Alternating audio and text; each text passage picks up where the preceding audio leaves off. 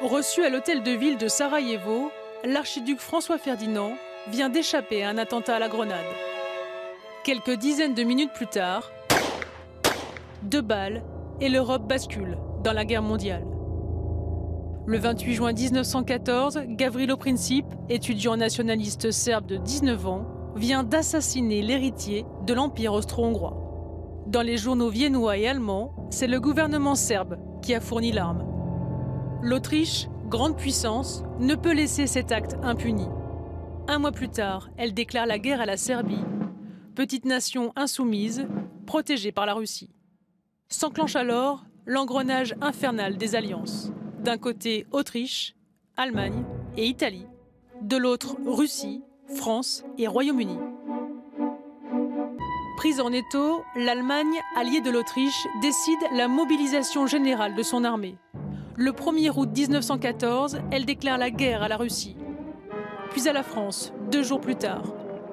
Par la mécanique des alliances, des empires et des colonies, la guerre devient automatiquement mondiale. Par bateau, à cheval, en vélo, à pied. Des 5 continents, des millions d'hommes accourent. Ils partent joyeux. Pour tous, la guerre est légitime et elle sera courte. Mais dès le 3 août 1914, l'Allemagne envahit le Luxembourg et la Belgique.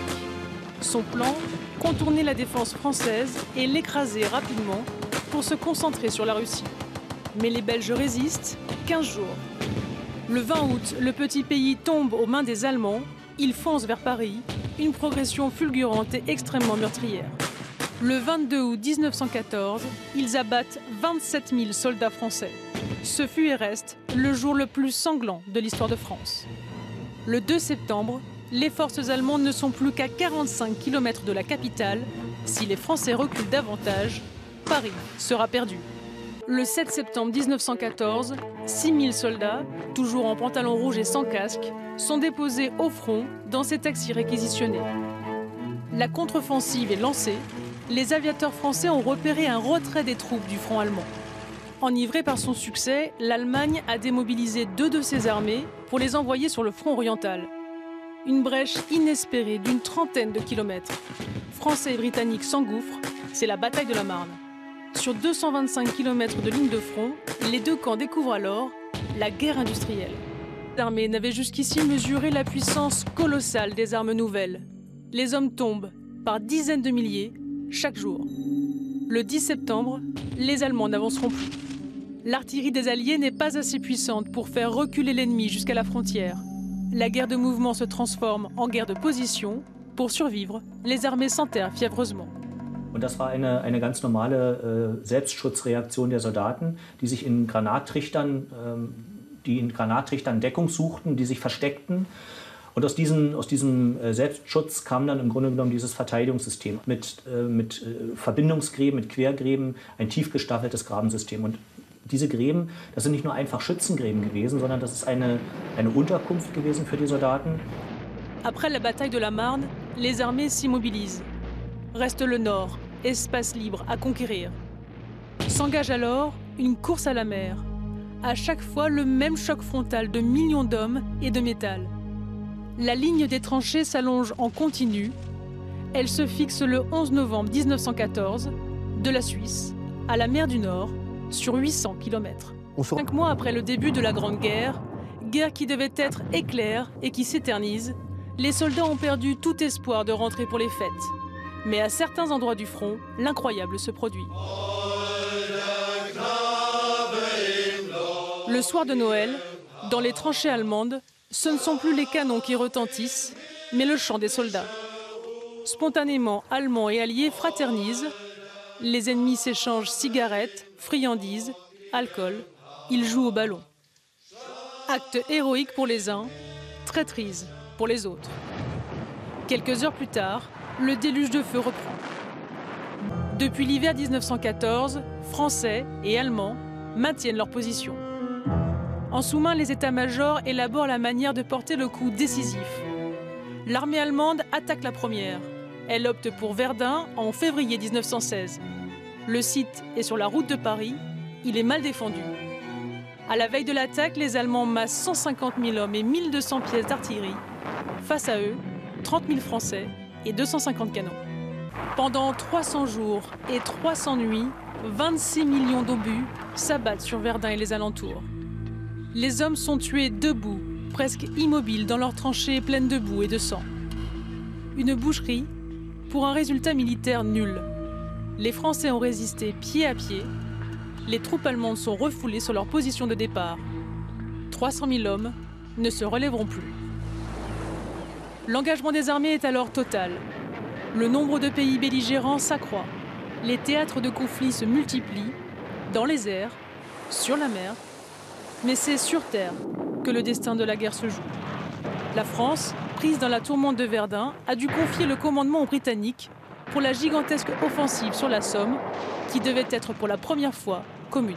6 jours plus tôt, du 24 au 30 juin 1916, des orages d'acier britanniques pilonnent en continu les positions allemandes. Le plus long bombardement jamais réalisé. On a tellement bombardé depuis quelques jours le front de la Somme qu'on est persuadé qu'il n'y a plus personne de vivant en face. C'est pour ça que l'on monte à l'assaut le fusil à la bretelle, on tape dans des ballons, on imagine qu'il n'y a plus personne en face. Sauf que les Allemands, ils ont creusé des abris souterrains bétonnés parfois à 10 mètres de profondeur, ce qui fait qu'ils n'ont pas eu tant de pertes que cela. Et quand cela ne bombarde plus, eh bien, ils remontent et ils installent leurs mitrailleuses. Et là, c'est le grand massacre. Une véritable catastrophe nationale pour les Britanniques. Les Allemands, eux, n'ont perdu que 6 000 hommes. En septembre 1916, cette fois, les chars sont de la partie. Mis au point par les Britanniques, ils sont utilisés pour la première fois au monde. Ces tout premiers prototypes de 28 tonnes n'ont cependant pas l'effet escompté. La bataille de la Somme prendra fin le 18 novembre 1916. Sans vainqueur, ni vaincu. Le bilan militaire est à nouveau quasi nul. Seuls quelques kilomètres grappillés vers l'est. Mais les pertes humaines sont considérables. Britanniques, Français, Allemands, plus d'1 million de morts en moins de 5 mois. Adieu la vie, adieu l'amour, adieu toutes les femmes. C'est bien fini, c'est pour toujours de cette guerre infâme. 1917 arrive, la lassitude, l'usure s'installe. La France est à bout de force. On est tous condamnés, on est des sacrifiés. Mais les états-majors s'obstinent. Le 16 avril, ils lancent une nouvelle offensive massive en Picardie. Le chemin des dames n'est pas la plus grande bataille de la Grande Guerre ou le plus grand massacre de la Grande Guerre, mais c'est le massacre de trop. C'est 100 000 pertes, 40 000 morts. Et donc, si elle occupe une place dans notre mémoire, c'est parce qu'à un moment donné, les soldats, après cette bataille, ont dit stop. Il y a ces fameuses mutineries des poilus qui disent on veut bien mourir, d'accord, mais mourir pour rien, ça, non, on en a assez. Le massacre du chemin des dames provoque la pire crise morale qu'ait connue l'armée française. De plus en plus de soldats refusent de finir en chair à canon en première ligne. Ils se mutinent par dizaines de milliers. Une cinquantaine en paient le prix fort, exécutés pour l'exemple par leurs propres frères d'armes. Cette même année, alors que les Français ont atteint leur limite de résistance, les Américains, jusqu'ici neutres, entrent dans le conflit. Les sous-marins allemands ont coulé 35 de leurs navires. Les jeunes soldats débarquent en France. C'est la première fois que les États-Unis s'engagent dans un combat à l'extérieur de leur pays. Une implication décisive sur ces derniers mois de guerre, où tout se joue sur le moral, le matériel, le ravitaillement, le contrôle des routes maritimes et des ports. Pour les Allemands, il y a urgence. Entre mars et juin 1918, ils perdent 1 million d'hommes. Leurs bataillons sont réduits des 2/3. Dans un suprême effort, leur haut commandement joue son va-tout et lance 5 offensives. Jamais les armées alliées ont été aussi près de la défaite, mais mieux coordonnées, elles résistent. Fin septembre, les Allemands jettent l'éponge.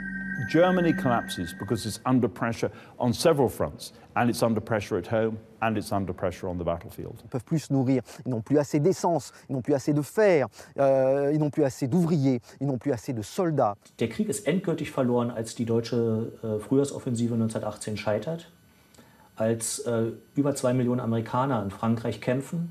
Die Gegenoffensiven der Alliierten ab Juli 1918 werden erfolgreich und damit ist der Krieg im Sinne einer Unmöglichkeit, ihn weiterzuführen, noch beendet. L'armistice est signé le 11 novembre 1918 à 5h15. En pleine forêt de Compiègne, les Alliés et une délégation allemande réunie dans ce wagon-restaurant actent la fin des combats. Une défaite sans capitulation de l'Allemagne. 10 millions de morts, mais pour tous, cette guerre devait être la der des der.